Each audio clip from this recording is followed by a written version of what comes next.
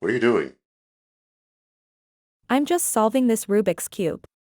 Aren't those really hard to solve? Well, yes, most people find it hard to solve it. But most people find it easy to solve. I can solve it, and I'll do it fast. That fast? Yeah, I like to see that happen. Done.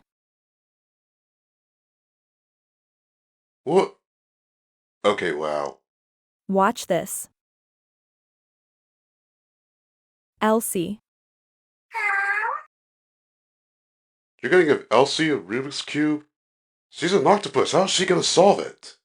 Octopuses like Elsie are really intelligent. They can solve any problems and complete any task they can. Mm-hmm. Yeah, sure, we'll see about that.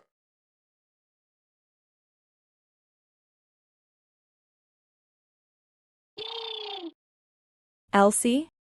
She probably got tired and didn't even solve the Rubik's Cube yet.